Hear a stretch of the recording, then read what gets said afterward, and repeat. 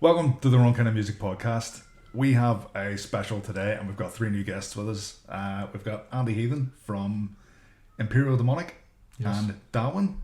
Have we got that right? I don't know, I think so. Right, okay, we'll go with it. If you've been around the local metal scene, you'll know James Loveday, promoter extraordinaire. And that's the rumor. Andy Clarke from the Crawling. Yep, so cheers for coming on, guys. Thanks for having us. Awesome. Pleasure. Delighted. Really looking forward to this chat because Yeah. we have a lot to talk about. I haven't even given you like what we're going to talk about, so we're kind No of clue. Spitballing. winging it. Hopefully mostly about me. Yeah. Before we get into things, because we're obviously here to talk about the Grand Declaration of War that is getting put on. Looks like a fantastic gig, but we'll talk about that in a bit. But for now, I just want to ask us, sort of after the world got back to normal, after that horrible thing we don't talk about, how do you feel the metal scene is at the minute in terms of health and attendance and all that sort of stuff? We're in a Busy good as place. fuck. Do you think it is? Yeah. Yeah, it's just I know from being in a band and trying to get gigs, and obviously I've been at shows as well, and as far as I can see, it's just busy as fuck. Oh yeah, getting a show, Yeah, it's impossible. that's really hard. Yeah. It's difficult. Everything's booked up so far in advance now, whether it's here or across the water. But in general, coming back, the crowds have been largely brilliant. Like Metal Masses last year, where it was just off the chain. The attendances were spectacular. It was just like every week was just better than the week before. Mm-hmm. This year, just not quite as good, but way better than previous years, way better than pre-COVID. Still healthy. Yeah, and bar the odd kind of not well attended show, which you'd get anyway. Most of the stuff that I've done has been brilliant. Like really impressed. Consistently, I mean, a few really good ones with the likes of like Conjure of Fate's last show and NASA Assassin's last show, put in big numbers. Mm-hmm. But other stuff I wouldn't have expected to do just as well has surpassed expectations. So it's been, and again, like the boy said, getting dates has been really tricky. Like a lot of Saturdays have gone real quick, as everybody still is just trying to do, especially post festival season when touring bands are kicking off again. Everyone's out in the road from September until. I think I've lost touch with some stuff too. Like I was at Lorna Shore and it was sold out in the Limelight one. I did not realise that band were either at that level or there were that many people going to see them. I was a wee bit surprised by just how busy the Carcass shows were as well. It was just like, it was crazy like. The Lorna Shore one I thought was interesting because I always, in terms of modern metal, I've always felt that Belfast's a wee bit behind the curve. So I always thought like Lorna Shore, they're massive, they're blown up and stuff, but I didn't expect them to be as popular as they were here. But we've talked about, there was three shows that sold out, or at least were very, very close to sold out. Now there's Chelsea Grin, the Lorna Shore one, and Spirit. I can't remember their last name. Spirit Box. Yeah, really, really busy. busy. Spirit Box I sort of understand more because I've seen their names batted about a bit, and they come up in the YouTube algorithm an awful lot. So I sort of see the numbers attached to their videos. Will Ramos is everywhere though. Will Ramos from who's he?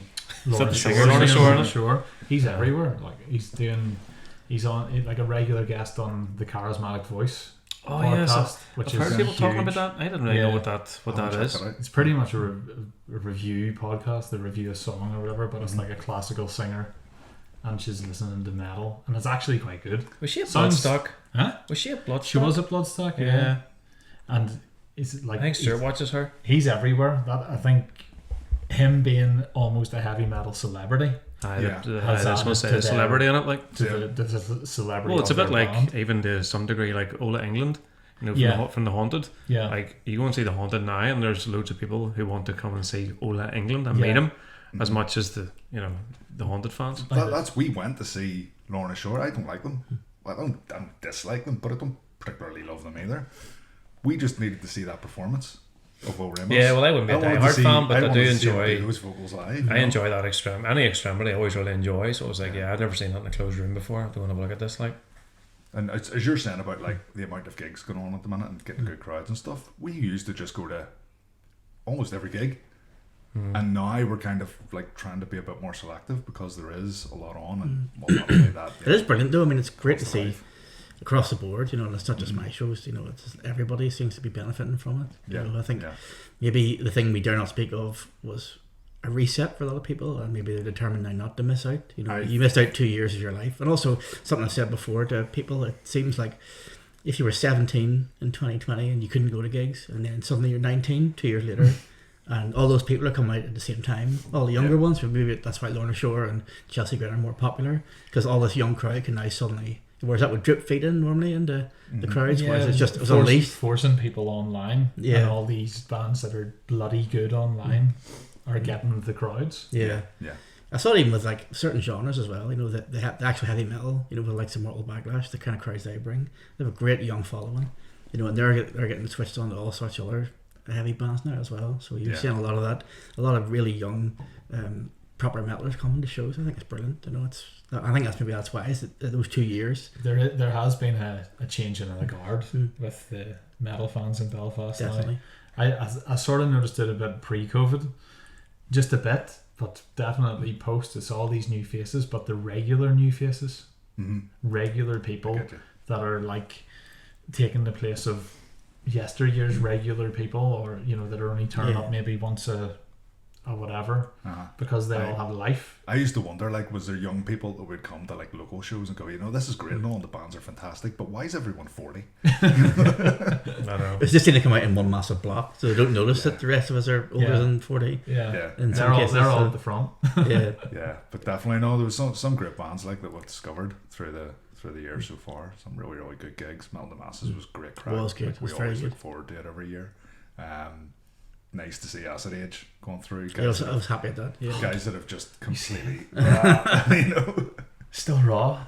No, they deserved it to be. But you know, they have been pushing Metal to the Masses every year. I think there must be a wee part of them disappointed that they've won. I'm pretty sure that's the case. Like, I think I know Jude really liked it. He always was, you know, quite keen to be a part of it and enjoyed the process. And no, I was kind of pleased because that final was the most diverse one we've had, and I don't think I could have called it on the night. That final was a great gig. Yeah, to be part of it, but even as a fan, as a fan of heavy music in this city, it's like it was unreal. Like every band was not just a bit different, but like entirely different than each other. Yeah, really cool. I think it's the first time it's really happened where it's been like markedly, you know, like before I've had fans that have been kind of in the same sort of genre, which is great. But for them to be so, you know, it speaks to the diversity of the scene here as well, which is something I spoke about a lot. That it develops very differently, I think, here compared to across the water, more organically maybe. You know, and I think you get a lot of different, you know, styles in play, whereas it's not just maybe one particular type of metal. And I think that's always been our strength, you know, over here. So it was brilliant. It was great to see. Andy, you played up in Derry as part of... We did. Demolition Fest. Good gig? Enjoy it? It was good fun. We came up for the Saturday for that. Yeah, I never seen that.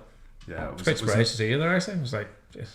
we're a jaunt. We're always the intention of going up, and there was kind of, I think it was a few dropouts at the very last minute, and I said I'd drive. I committed to driving, and literally about half an hour before leaving the house, John from Ravenlight was like, "Are you going up to that gig?" And I was like, "Yeah." He says, "Do you want a lift?" And I was like, "Fuck yes," because now I can have a beer. And I'm so glad he did drive, like, because it was a good gig. I mean, you can see that, you know, they were up against it in terms of they don't have the venues up there. You know, it is literally a pub with a wee stage. It kind of brings you back to like whenever local scenes are kind of struggling, finding its feet and stuff. But the passion and the commitment was there. I actually liked the shape of the venue because you had that very definitely a stage area. It wasn't like you're trying to convince someone that we're going to move the pool table and then that's where you stand. You know, it was actually, there is a stage and then the sort of bit in front, you know, so it was very definitely at your stage, this is where you're playing. Yeah. So it was alright. It was dead on, like, you know. It was. I mean, you definitely made the most of it with bringing the extra lights and smoke. Yeah, well, we started doing it with just everything now. You could tell that you're a band that has come across problems and you have the solutions. Yeah. Cracking gig though. No, it was good. It was good to hear some of the new stuff. Well, I was going to say it was good for us because it was a lovely warm up for what's coming, which is obviously the new album touring cycle. You know, so it was good to actually try those songs out in a less stressful environment. You know. Sorry, just give me 1 second. Sorry about that. Perfect. The joy of cats. Let's talk about what we came here to talk about. Yous are putting on a rather, I don't think it's unfair to call it an ambitious gig in the Mandela Hall on the 26th? 26th of August, Saturday. Kick off at 4:30 p.m. 4 p.m. 4 p.m. So it's, I've got it to the right of me, but I'm going to try and remember it. The Crawling, Stranglewire, Ravenlight, Domhain, Senescence, and one more band. Shane's bitterly offended now. That's right, Insidious Void. Yes. Yeah, great lineup. See, I forgot he had my order and I was like, what's the next one? Yeah, it took me a while to learn it too. How did this come about? What was the idea behind this, or what sparked it? Well, We drank too much. Well, actually, I'm going to be perfectly honest. For me, it goes back to when we did the tape launch in the Limelight at the end of 2021, after it was like COVID hadn't been long finished, and then was that Wolves on cassette? yeah, and you did a podcast talking about it, Right. and I can't remember how it was phrased, but you said, or whoever you were talking to, you said like, what's next? That was because you were very confident about the show and how good it was, and you're like, what's next for the Crawling? How do they top this? You know, it was like your show of the year, and it was amazing, and it kind of stuck with me, those comments, like what do we do next? You know, how do we top something like that? You know, what's the next stage? I have a brilliant idea. So at that stage, the Mandela was still being built, and obviously it was a couple of years. So then it came to, you know, they were doing their new album, and we started talking about what we wanted to do, and we kind of talked about some other options, and that was just stuck in my head. Like, how do we make this better? How do we make it bigger? And I'd sort of suggested to Andy, I know the guys that, you know, the bookers for the Mandela, because I'd done those speakeasy shows after COVID, and I'd done shows there before. So let me hit them up and see if they're interested in taking the booking, and you know, let's get a look around and see what we can do with it. And it kind of snowballed from there. And we went and had a look at the size of the place, and we should have filmed that actually, because it is enormous. Yeah, the reaction was ridiculous. And the guy was there and he showed us around in the backstage area and all this kind of stuff, and we started talking about what we could do with it. So it kind of snowballed from that, and it sort of became, from being their album launch to let's make it something a little bit bigger. Let's turn it, I hate the term, like, but Gigstival maybe. I love the term. Oh, do you I'm like glad it? someone else has used that. Fair enough. Fantastic. Yeah. But it's like, it can't just be about this album launch. How do we make it something else and more of an event, you know? Yeah. And for me personally, like, and I think it'll be the same, like, we're not, you know, I'm not naive enough to think we can sell it. We're obviously not going to sell it out. It's not about that. It's about what we can do. About that. What we can do in a venue like that, in terms of how big the stage is, you know, how wide it is, other options for a show, you know, and believe me, you're going to get a show. That's the whole point of it. You know, top line 250, 300 people, we can make that work. You know, so it's less about, you know, the capacity and more about the things you can do in a venue like that. So that's kind of that's the genesis of it, really. Am I right in saying, because I know that there's venues like the Odyssey, for example, I think, I wasn't there, but whenever Dream Theatre playing it, you know, obviously, well, I say obviously, maybe it's not that obvious, but Dream Theatre can't fill the arena in Belfast. So they pulled the stage way forward and pulled off curtains and used kind of... We have those sort of options as well. Yeah, we've talked about so that. They can do similar we things. went and met with them, so we knew, because, I mean, literally when we met the Mandela, the first questions were like, right, what type of show is this? Because, you know, realistically, I should know who you are if you're in there 1,000 cap venue, and I had no idea. So I was like, yeah, this is what it's about. And from my point of view from the Crawling was that I always wanted to do something in Belfast to sort of move up from what we've done before. Every time we put on a gig, it's something very special, it's very deliberate, and it'll be very different from the previous, and we've always tried to do that. And we were at the stage like, okay, when the album coming out, okay, Limelight 2 again. We've done that before. We did the Empire thing just to mix it up a bit, and that was an interesting experiment. And it was like, right, I don't really want to do the same venue again, so what are the options? So we did, like I said, James and I drank too much, talked about it, and then Mandela came up. Now, to be fair, he did push it, because I was like, this is insane. This is actually insane. I think it was when you saw the room. That was the first. It was like, right, we've got some work to do here. But I think, look, let's talk to the guy. Let's just see what. And the guy, he was all over it. He was brilliant. It was like, we can curtain it off. We can bring front of house. We can make it bigger. I think normally they do the bars on the outside. We can bring them in. There's ways of managing the room. Because he recognised the difference. Because as I say, whenever I was talking to him, he was like, I don't know who you are, so it's very clear you are not a 1,000 cap band. So what is this for? And I was like, it's for this. And James was like, yep, and I'm going to do all this. I'm putting all these bands in, and we want to do this. And he was like, okay, now I know where you're coming from. We can do X, Y, and Z. Close off that bit. Once you're in the room, you're in the room. As James says, bring the bar forward. There's a curtain coming, that will be here in time. And he says, we're going to bring this down to a much more acceptable venue, but you can still do everything else and have the big stage. And the big stage is the key. It allows options. That's really cool that they're working with you. That it's not just hire our venue. There's a venue. And they know it's not they were going to do it, and they go like, "All right, okay." There was only 180 people turn up. It's a complete failure. It's never been anticipated that way by them either. It's very much this is clear what we're doing. Yeah, and to be honest, like the guy and other guys that worked for them were messaging me going, "It's great to see the metal come back. We haven't had anything like this yet." In terms of essentially a local show, albeit with a high quality cast. So we haven't had this before, and we want to bring more of this type of stuff into the venue anyway. So so they're behind it. It's making a statement maybe as well, and the lineup that we chose is making a statement as well. I think because it is does veer towards the darker, heavier end of things, and I'll come back to that in a second. But have any of you been to any gigs in the Mandela yet? Obviously, you've just been there. You have. Who did you say? The Merry Wallopers. Okay, not even heard of them. They're like a modern trad band. Unbelievable show, but yeah, the venue surprised me. It's like you were talking about going into an empty Mandela, going into, I don't know if it was full or nearly full, but bloody hell, it looks big. Like it looks bigger than the sum of its parts or whatever. It's really is quite a. It's not quite a magnificent room. Like big. It's just everything. Everything about it's massive. Yeah, and it looks very high quality. Yeah. It's all brand new and it's brand spanking new. It's the same as all, because like James says, he took us backstage and he was like, "Here's your parking bays," and I'm going, "I only need one for the Ford Connect. That's it." But it's like, there's your 12 parking bays, and here's your backstage area, here's your kitchen, here's your showers, there's your production office, and this is for your manager to sit and all this sort of stuff. And it was like, fuck it. It's everything you expect for high-end touring bands. But I think there's so much of this that I've got this stage in life and with a band where it is all about having a really good time and doing something mental with heavy metal. And it was like, yeah, let's just do this. Fuck it. It's insane. But you know what? I guarantee all the bands in the bill are just going to be like, that was hilarious. That was an amazing day out. That was just a blast. And anyone that's going to go, it's just going to be the same. It's like, do you remember that time all them clowns ran out the Mandela Hall? And it's like, how is it? It's going to be a great day out, no matter what. So I'm terrified about it as well, of course. But it's just going to be like, yeah, it was us. We did that. Yeah.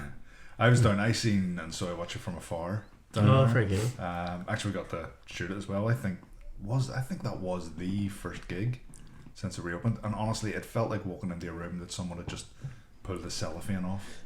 Yeah, just absolutely brand new and fresh, and the lights and stuff that they had. I don't know if the lights was part of the rig down there or if it's brought by the band, but the room just looked incredible. It didn't look like anything I've seen in Belfast. No.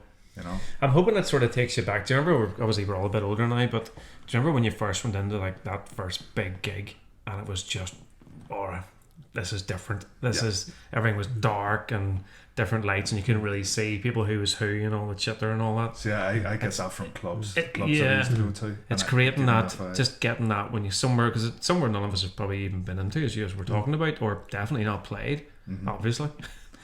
So it's just about creating that something atmosphere. Very different, and it's bringing people out to the woodworkers. People are talking about going to gigs that I didn't even know went to gigs, and they're like, "Well, I wouldn't go to a wee gig, but I go to gigs in Mandela." Don't even know what that means, but okay. Funny, Phil's brought that up before. Phil said that he spots people that you see at lots and lots and lots of Limelight gigs, but you'll never see them at Voodoo. No, and vice versa. Like they've sort of... It's an intimidation level, I think. Like the way that some people have committed to PlayStation or Xbox, it feels like some people have committed to the limelight or committed to the this is where I go. I don't know. Well, I've never really thought about it that way. It's really interesting. I always thought it was more people are very happy to go to a very recognised venue, but when it comes to something that's not the Voodoo Satellite, it's not like Rosetta Bar was, but something that's slightly outside the norm than just your regular gig.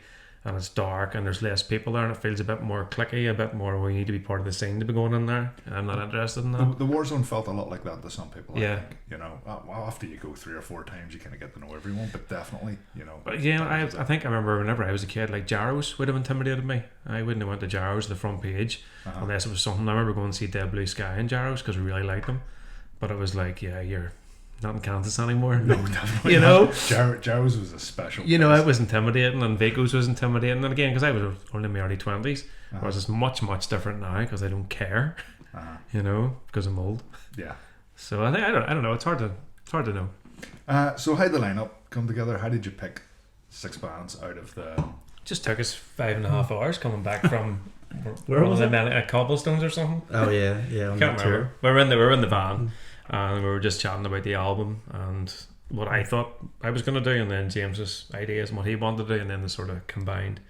And I was like, right, well, who are we going to get to do this? I was like, it had to be sort of thematically similar, to what the Crawling are doing, broadly speaking. So it was kind of who's the high end, who are the top bands, that are kind of in that sort of genre, and it sort of came from there. Obviously, Stranglewire, doing what they've been doing. Would be, one of the Premier League bands in Belfast, and then just through watching bands that metal to the masses, and thinking who impressed me there and what they were. There's a few we had a few stipulations about what we wanted, and unfortunately some bands couldn't do it as a result of that, or we didn't approach them even though we might have wanted them because there's just certain things we needed.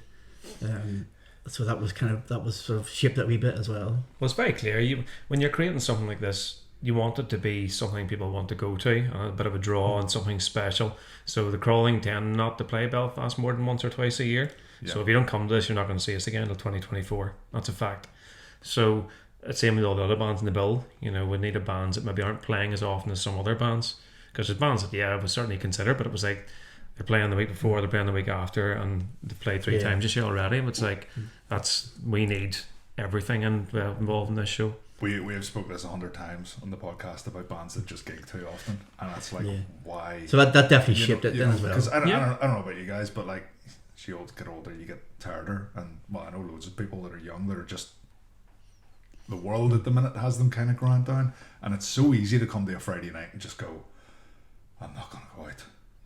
And if you were planning to go see a band that are going to be playing in 2 weeks' time anyway, you're more likely to just go, we'll give it a miss, we'll see them for their anyway. That shaped it, but it had to be, but also for me it had to be, it was making a statement by doing it in a place like Mandela with the sort of the heaviness that's involved and the darker element to it.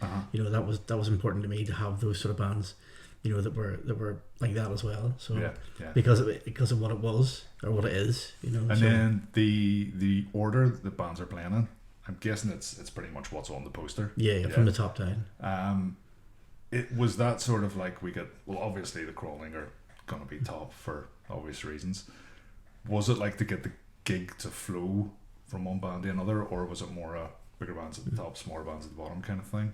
I think it's a bit of both. Yeah. To be honest, it did start off as a Crawling album launch, and then as soon as the Mandela thing came up, and I was like, I'm out.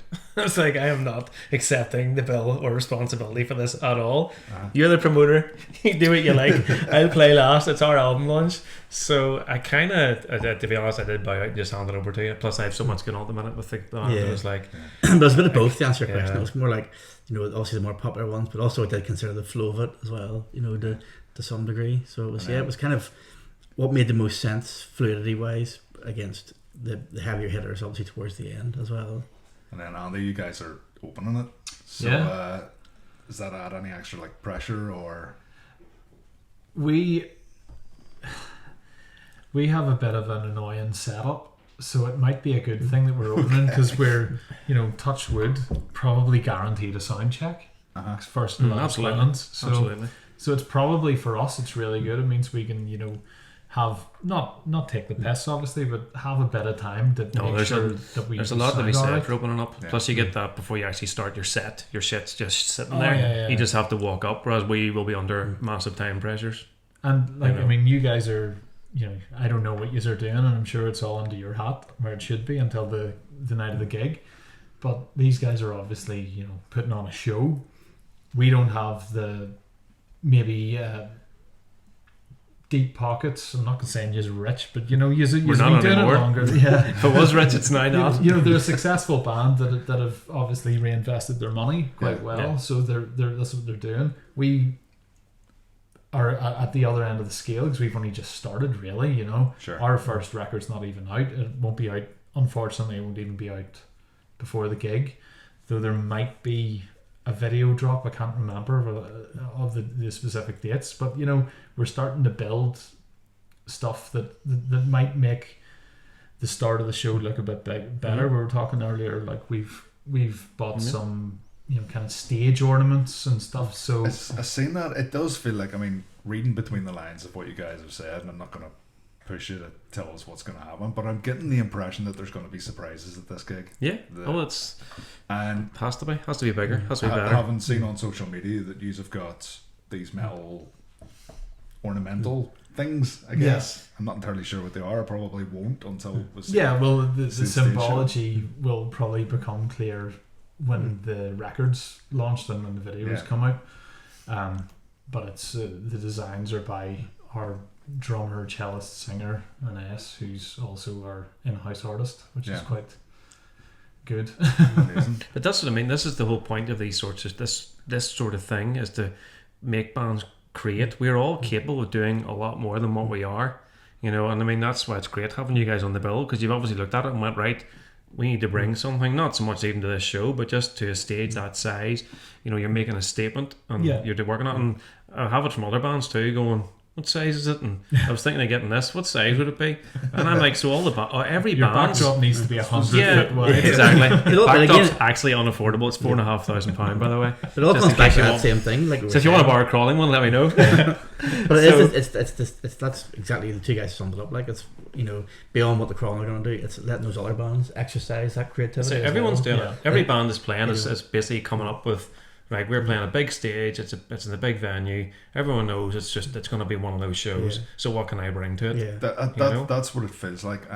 Just as I say, reading between the lines, no one said anything out and out. Here's what we're doing, but there's a feeling that everyone's going to pull out the stops. And if you look at those bands And too, this is going to be different than just nipping down the voodoo and seeing 6 Yeah, bands. this isn't just 6 bands in a row, and there's no disrespect to any of those sorts of things. Sure. But it's just like, it's about creating something different and making our bands in Northern Ireland just stand out as we are not like everyone else. Yeah, totally. All the bands on that bill are seasoned veterans. Like, I know this band that you're in now is new, but you are not new to this. You're a complete seasoned professional. Yeah. Well, none of you are new to all it, the bands on that you're bill, all- most of them are playing live 20 years. They're not new. That's a fair point. Actually, when you look down that bill, there's experience in droves. I don't think it's never ending. Yeah, there's not a band. The Crawling are only that going hasn't- 8 years. Like They're you not. probably look They're at going a- 27 years. like That's a when I family tree started. of all of these bands. Yeah. Trace it around. Like, Fine. but all the It's bands as great, well. Like as has been mentioned, they all have showy elements to them anyway. Yeah. In terms of stage show or theatrics or things. That was Just plain old ego. That was that was attractive as well. Because it lets everyone else. aren't we? Yeah. Right. You could kind of put like a Do it mock too. poster together, with instead of the Crawling, it's Honey for Christ 2.0. Yeah. Instead of course. Domhain, it's Overoff, 2.0. Yeah. Instead of Senescence, it's Senescence 9.0 or whatever stage they're Yeah. at these days.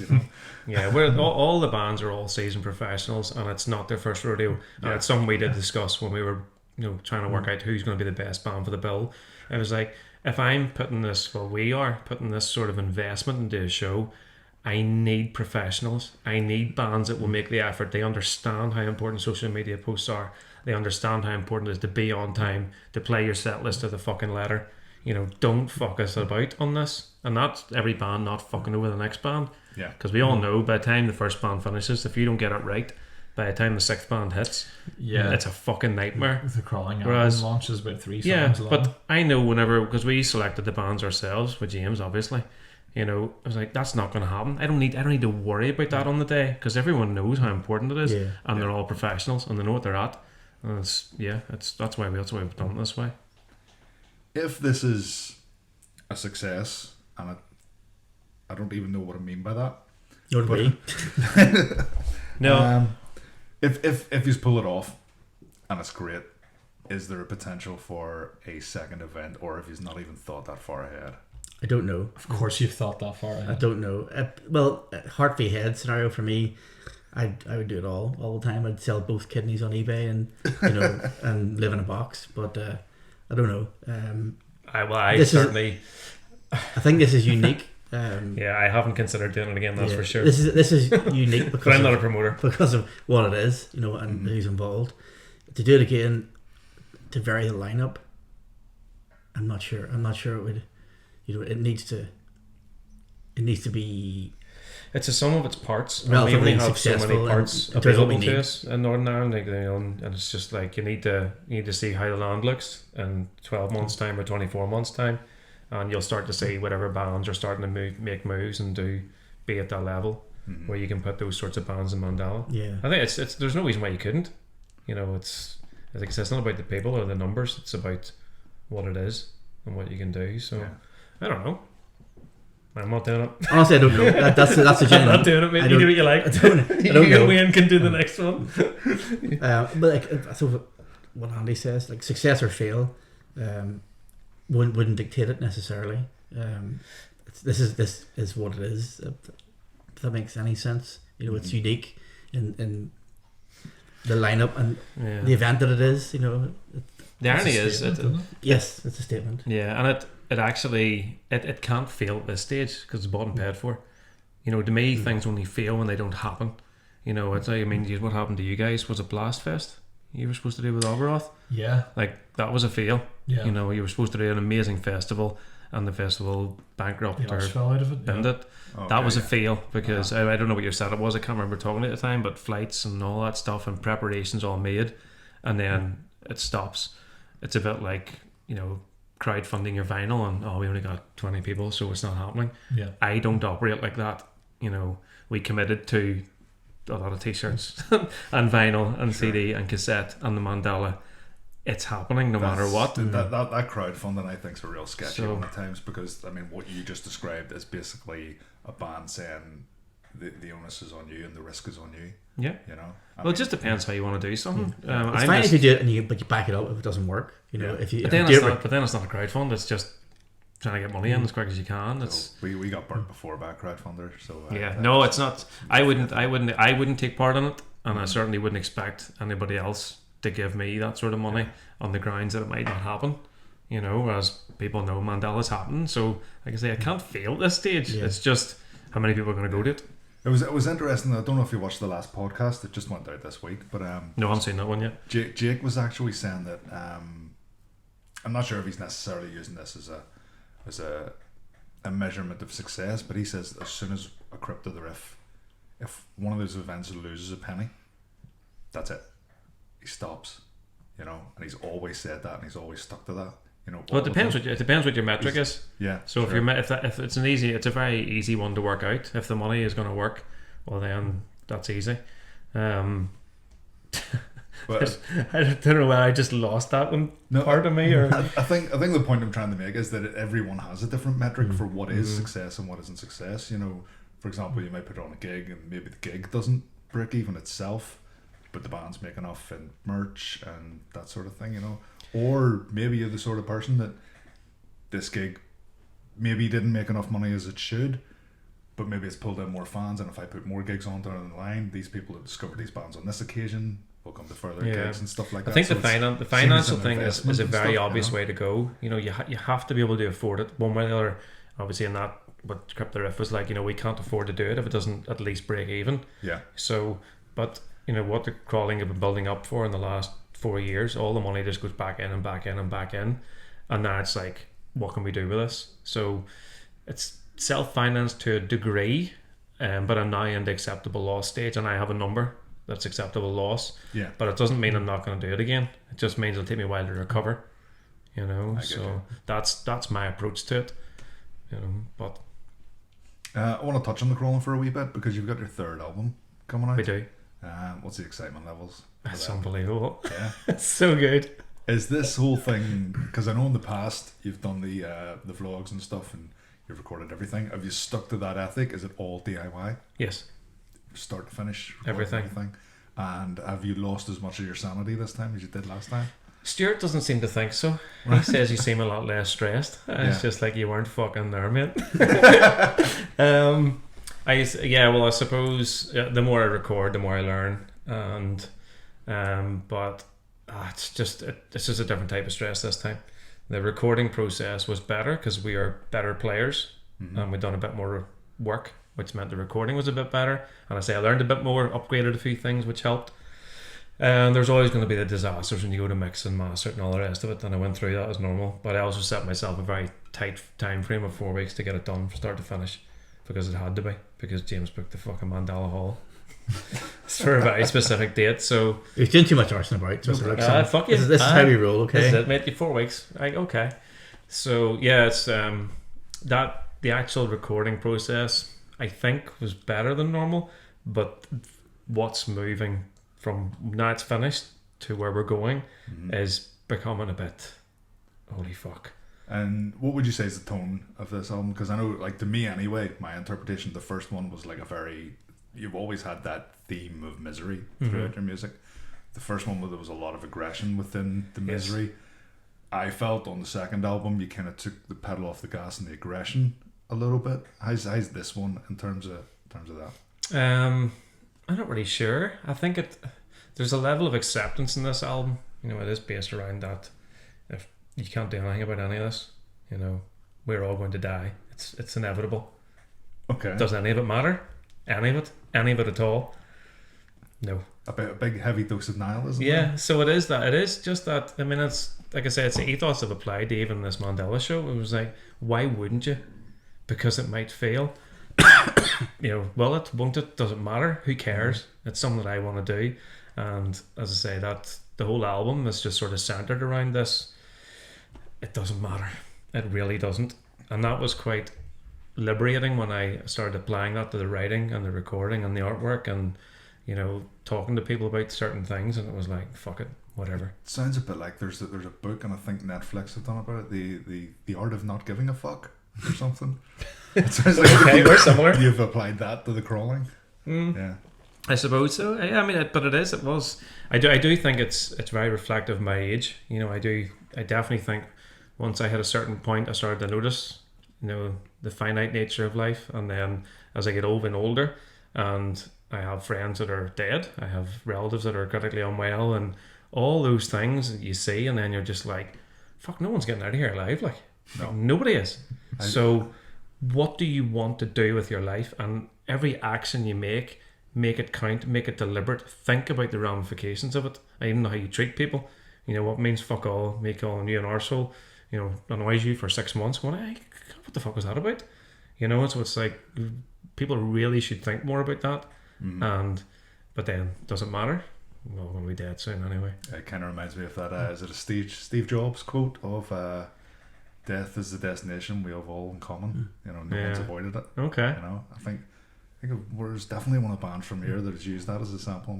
Embrace Execution. I think they used it. No Great Loss. It was No Great Loss. No Great Loss. Yeah. So yeah, I think that the album just sits around that. It's a bit more understanding than the previous two. You know. Yeah.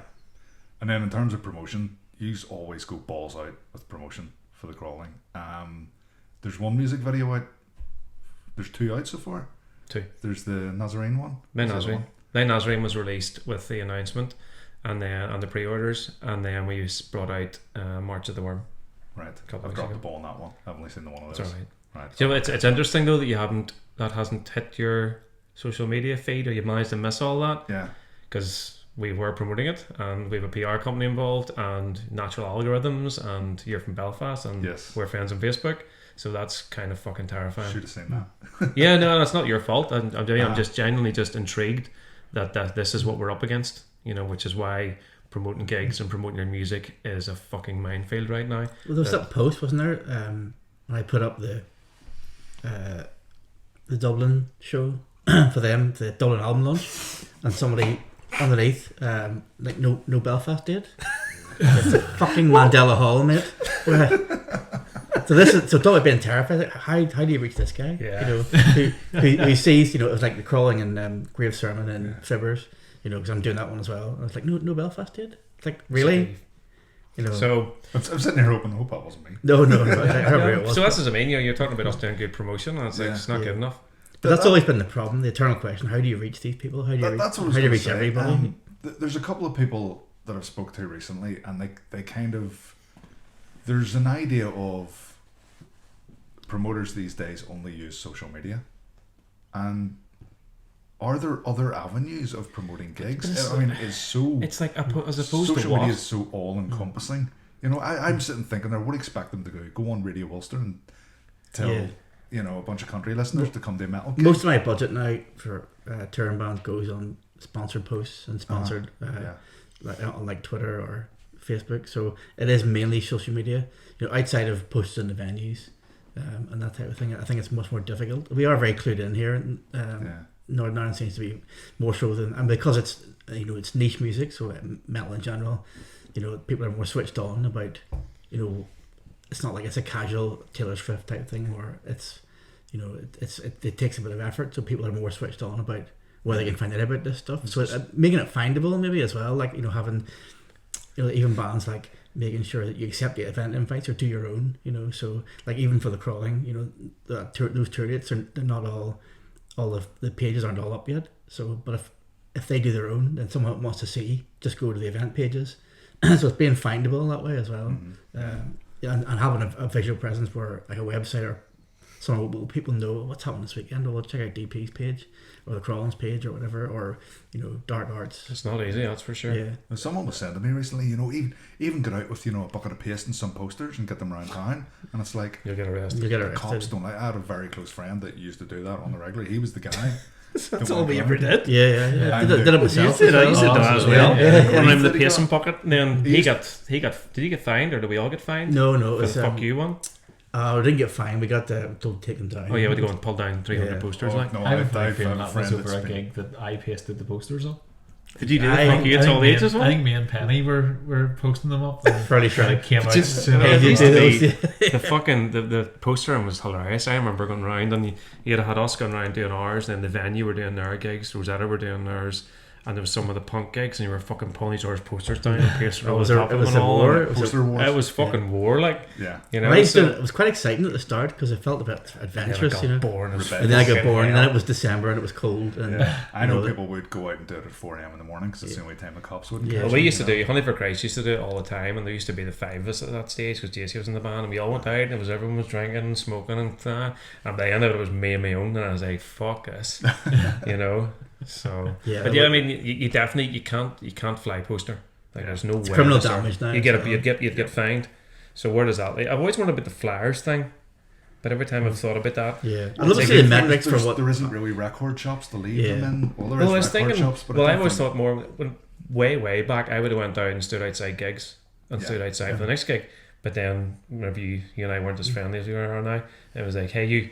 That's not for fucking my venue. Get the fuck out.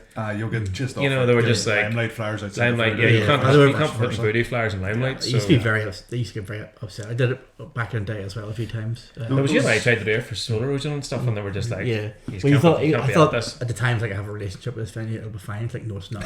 It's I really definitely not. can't do that. Like, I was in Liverpool once, and what they were doing was there was one like sort of central dude, right, and everyone gave him their flyers, and then he would go around outside clubs and stuff, and you would get a bag full of flyers with like literally about a dozen flyers in it, and so he would give everyone's flyers, you know. I think in Belfast now you have to have a license to do that. You have to have a license. Even Then if you get one, you can't do certain areas. That you can't do the Holy Lands, and you can't do City Hall. Yeah. But otherwise, you get an £8 fine if you don't. Can we take a very quick break there? Yes.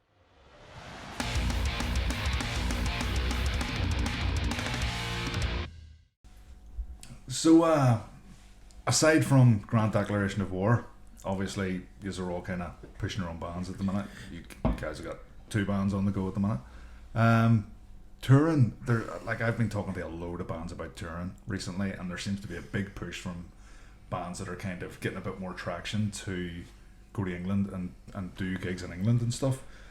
Andy, you guys have been, I don't know, what, 2 or 3 times in the last year?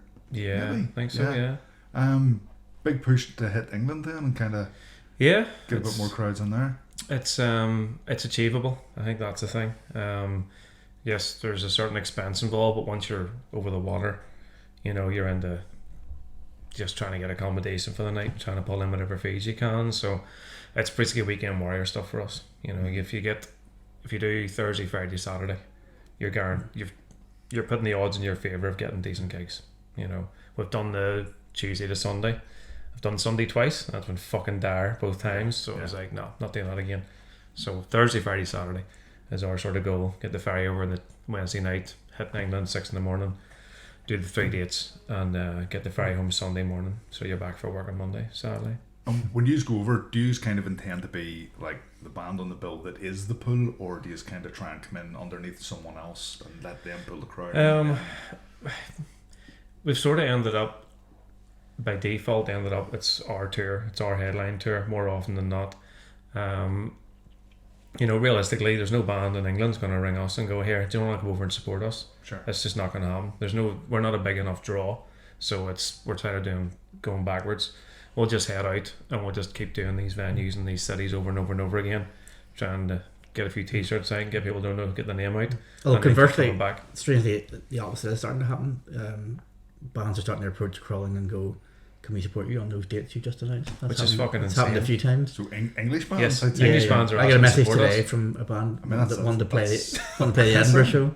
Any chance we get on this bill? Like that's happened a few times since those dates were announced. And they're still small shows. Like, I mean, it's just us going out totally by ourselves. I mean, to be honest, whenever we do go away, it feels really, you feel quite vulnerable when you go and really exposing, because it's just the 4 of us walk in with all our gear and the fucking lights and the smoke and the big backdrop and the merch stall, and you're going, there might be nobody here, you know. And people come in and you can't help it. It's very judgmental. People walk in and they go, fuck me, there's 12 people here.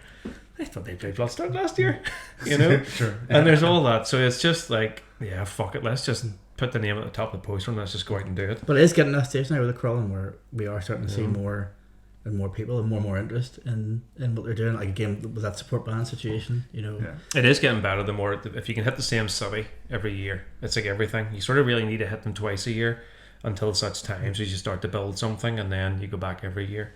Said that before, because it's a real bugbear of mine that some bands come here and they play once and they don't get enough of a crowd, so that's it. It's not that though. That's not what it is. It's not, you know, it's not about getting enough of a crowd.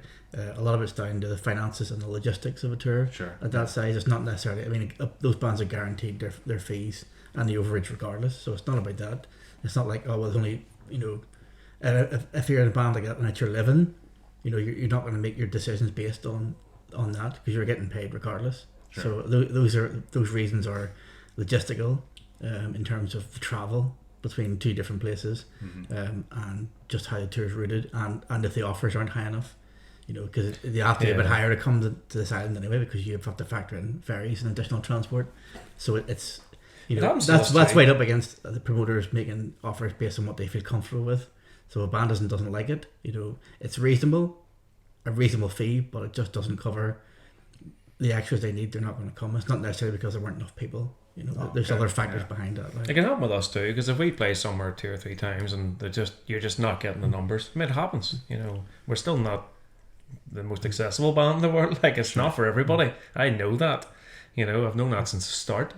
But you know, if you play a couple of times and stick out numbers, whenever you go back there, you know, can you come back? It's just I can't make that one work. Yeah, you know, that'll be different at this level. You know, that's a turn band situation I described, but that's different for this level when it's not a professional band. We are going in with a very, what I would consider, what's the word for it, a reasonable expectation of our worth. You know, I'm not going to go in and go, we need £500 a show. It's like, it's just not happening. So if you go in with a reasonable expectation, they're like either happy to take that as a loss, or that's an acceptable amount of money no matter what happens. Or like, we'll make that at the bar, that's fine. You know, but it allows us then to continue going back and build relationships, get to know people, get to know bands, and then the word spreads. Now, but the only thing is, it's fucking slow. You know, we have been back to places and they're like, you see the guys walk in, they're going, fuck, he's already wearing a Crawling t-shirt, can't think of another one, you know? And you're just like, but they do, you know, because they're back and they're gonna buy. You see it going, oh, I got the new one, and you're like going, fucking hell, this is mental. But it is getting bigger, but it's so slow, because if you go on tour, it works. Speaking of merch, I mean, you guys do not pull any punches when it comes to the merch that you guys put out. I mean, for example, the new album that's coming. What is there? 4 t-shirts and a hoodie? Hoodie, like 2 long sleeves, 5 t-shirt designs, and CD vinyl, enamel badges. Is that? I mean, what's the strategy behind that? Because it it's dreadful strategy. it feels like, let's just fucking go for it, you know. No, but there is a lot of that. As I say, doing the crawling is something that I fucking adore. I spend my entire life thinking about it and doing it every day, and it is just what do I like from a band? Bands that I love, what do I want? And I was like, I want really high merch, I want good merch, I want variability, and I want music videos, and I'd love to know what goes on behind the scenes, and I'd like to see what it's like getting on. I want to see how they tour, I want to see this, and it's like, I just do all that with the crawling because I enjoy it. It's fun. Getting artists is amazing. I love talking to artists. I love merch. I love the design process. I love seeing it. I love getting it. And I love seeing the logo on people, and people seem to enjoy it. But also, it's not a very sensible way to approach it, because we've done very well with our merch. It has allowed us to do so much. But this is without a doubt the biggest thing we've ever done. But so far the reaction's been great, so I think I'm going to get away with it. Eventually. I love that getting away with it is the it's the goal. just, can I get away with this? Well, what we always do is you sort of, I got a very specific credit card for the band, and you just plan things and you bankroll it, and then you go and you do it, and then you come back and you go, right lads, that was 300 quid each. That didn't go according to plan, and we're not breaking even on anything. You know, let's not be clear. Let's be clear about that. You know, when you go far away, but it's just like the numbers are getting closer and closer to, we can nearly do this. I mean, we were at the stage the last time where we were calculating if we'd have done 12, 13 days, would have made it. You could do this for a job if we did this every day. But that's a fucking Jesus. What does that look like apart from divorce, alcoholism, you know, dadry dysfunction, you know, the inability to converse with human beings. Yeah. But you can see how the touring, those bands that do constant touring cycles, yeah, there is a bit of a formula to it, but fucking hell, it's a lot of work. It is a lot of work.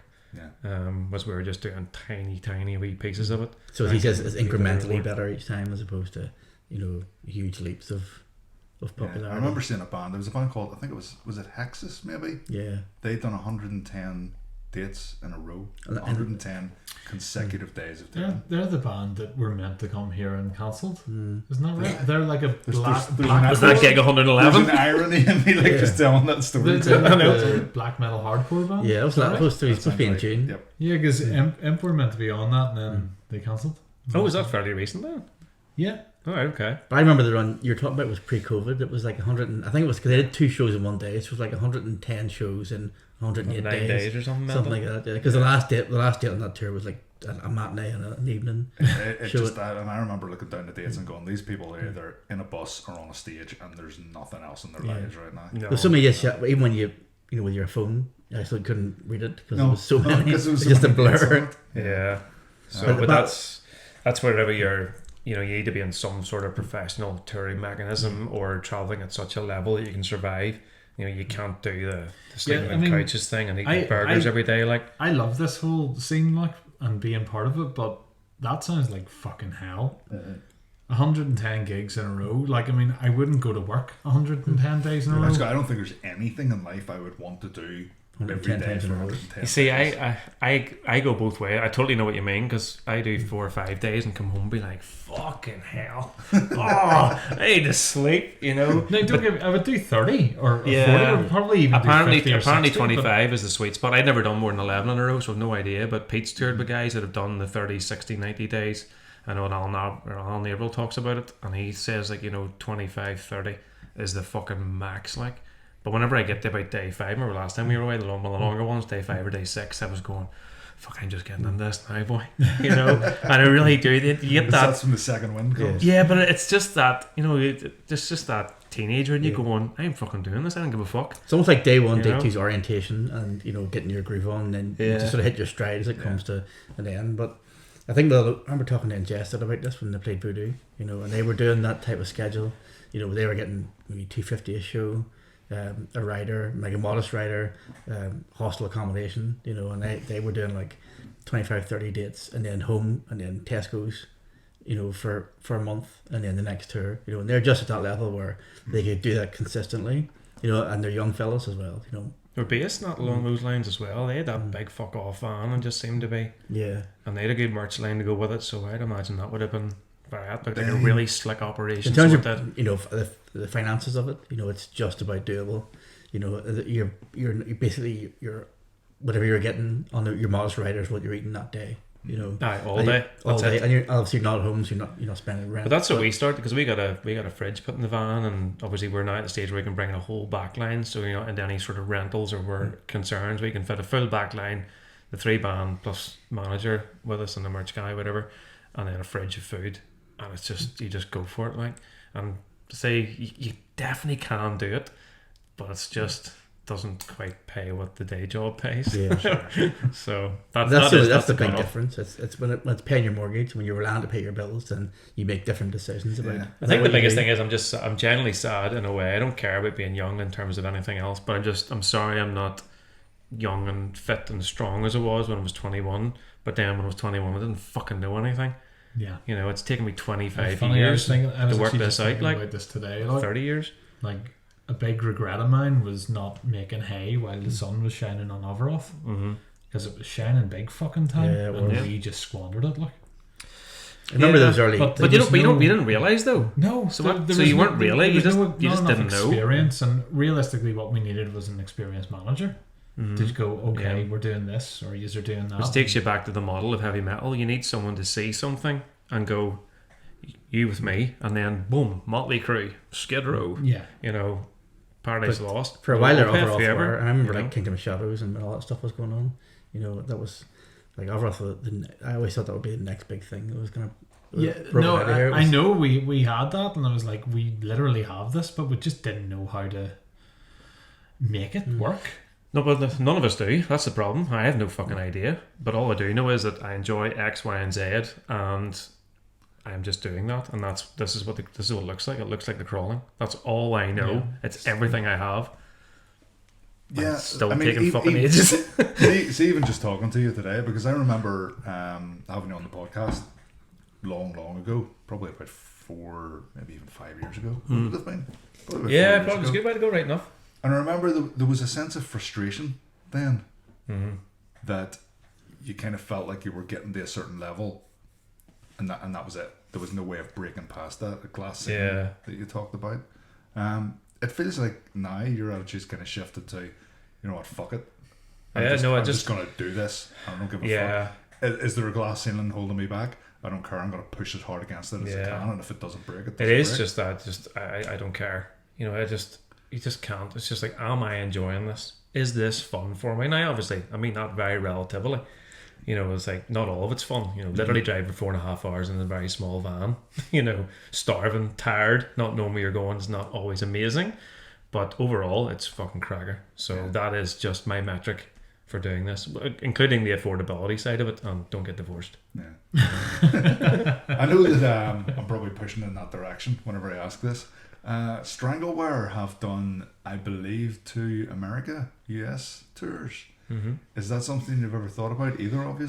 Like, thought about it, yeah, I thought about it a wee bit and just removed it. It's just a hard no. It can't happen. It just, for us personally, I think it would put too much of a strain on the individual members to go away for that length of time to make it worthwhile. It is, without a doubt, that is a 20-day investment at the very, very least. Stuart's got 2 young kids and family and stuff, and to sacrifice that much time, it's just like, no. I just couldn't. Yeah, I think when you get to a certain age and you get to a certain amount of accomplishments in your life, marriage and, you know, things to look after and responsibilities, Yeah, I get what you're saying with that. It's really quite hard. Yeah, I would do something like that. I still have one. It is now I say all the crawling stuff is amazing, but I still have that one tick box of I want to do a nightliner. I want to do 15 to 20 days on a bus. Have you seen the price of it? Oh, I'm saving it. I've been saving for years. I've bought 700 t-shirts instead of it. You'd be quicker buying one. I know. No, it's one of those tick boxes where it's just like, but we've talked about the crawling. It's just like, no, is that ever doable? And you can say, it's like, oh, fuck, what does that look like? Have you not thought of, I know it maybe goes against the ethos of the crawling because it's very DIY. Have you not thought of buying onto a nightline tour? Yeah, no, I've looked at it a few times. It's usually the ones we can afford because I don't know if you have a fair idea how it works. Like you get an email and it's like, do you want to go on tour with insert very famous band here, and there's a bill attached to it. Very famous band. Or not famous enough for 17 grand. Yeah. So you just get a bill because the support bands are paying for the bus. I've always had a very cynical view to that. So for many reasons, but mainly because I remember going to a tour once and it hit Dublin, and I think we actually went to this tour. It was the Never Say Die tour. We seen it in Dublin, and I think we also seen it in Leeds. And we found out on the tour by talking to the guys in the bands that the first 3 bands in the bill had paid on, and the rest of the bands were the bands that were being paid to be there. And the first 3 bands were shit. They just weren't very good, nor did their music fit the 3 bands that we were there to see. And it felt like, whether it's ethical or not ethical to pay to play and all that, it felt like, to me anyway, this was not in favour of the fans and the people that had paid tickets, because it wasn't 6 bands that were chosen to go, here's a great gig for bands. You know what I mean? I mean, if you had put on Grand Declaration of War and picked 3 bands and then just said, right, whoever's willing to pay the most can come and play this gig. We should have done that. Why did we do that? That would not be the best gig for the punters. It wouldn't be in the punters' favour. Yeah. You know what I mean? Well, I don't know. I've never taken the nightliner thing to its fruition to see what it genuinely is, because I've just been like, it's such a it's just so difficult. Most of the offers we've been offered have come in. It's like literally 20 days notice. Would you be interested in jumping on the bus? Mm-hmm. Here's your share of the bus fees. And it's just like, oh fuck, that would have been pretty cool, but that's. It's a weird one. It's a weird one because it is an acceptable business model and happens a lot. Yeah. And that one you're describing doesn't sound great, but most of the bands that are getting those offers are in a position to get them. Oh, okay. So it's not like they're just whoever pays the most. It's not every band is going to be offered a tour like that. The Crawling will get them because of where they are relative to the band that's asking to go on tour. So those offers you're getting are more selective. Yeah, they're more like I've seen a few turkeys as well down the years buy on bands. No, the stuff we've been offered makes sense. It's just when you actually break down, as Andy's saying, the cost involved and the sort of the headliner band, you're thinking this doesn't marry up at all. How can you go and basically play 100 cap venues and spend that amount of money? But you know what? For my level, for me personally, it's like it's a fucking holiday. It's like you're saving up to do an experience. So I've been saving up for the last 10 years, waiting for that ticket to come through, and I'll be like, that's the one. It does come with a bit of experience as well, though. Like, bands are getting those kind of buy-on offers are, not going to be, necessarily green when it comes to being on tour. They're going to realise what's expected. There is a level. A band would reach a certain level, before they get offered that stuff. The thing you're talking about, maybe that didn't happen, or maybe they, there was some other anomaly or something about it. But it's not like a band that's doing their first gig is going to get a tour like that. There is. You have to reach a certain. As I say, I mean, we don't. You can only speculate. But you would reach a certain level before you get offered those type of things. There was just this feeling of these bands are here because they could afford it. Yeah. On that. Yeah, and I've seen a few of those down here as well, where it's like I know the buy-on bands and they're terrible and not suited, but they are a functioning band and have they know how to be on and off stage quickly. They know not to get in the way of where their backline should be, all those kind of things. So there is a level of experience you'd have to reach before. There is the flip side, Brad. If you don't have those guys, if the bus doesn't go out, then you don't get to see anybody. That's right. Yeah. But realistically, I just don't have the knowledge of it, to be honest with you. I just see wee tiny bits, but I've never taken it the full way to see what it actually looks like to go and do that.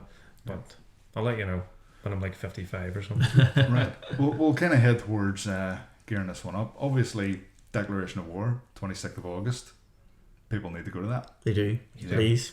You have to. I think it'll be a fantastic Yeah, gig. yes, Not please just saying come that early. because you guys are here. Like, Yeah. you know. Well, I think Come early and stay all day. What we've please. got, yeah, I'd like that as well. What we've got planned, basically, it's, I've said it a lot online. It is going to be the metal event of the year. I'm perfectly happy to stand behind those comments because come to that show, you are going to see something. You're going to walk away from that going, I've been entertained. And like I said earlier on, it's not about the big room. It's about what we can do on that stage. And it's, you're going to get your money's worth if you come to this. And I think even if every band came out and just played a set with no backline, no nothing, or sorry, no backdrops or a stage show or anything, for £16.50, you're getting your money's worth just seeing in Mandela. 6 bands. In Mandela? Yeah, that's hilarious. Yeah. It really is. I honestly think he's underpriced it. I would have thought 25 quid would have been acceptable.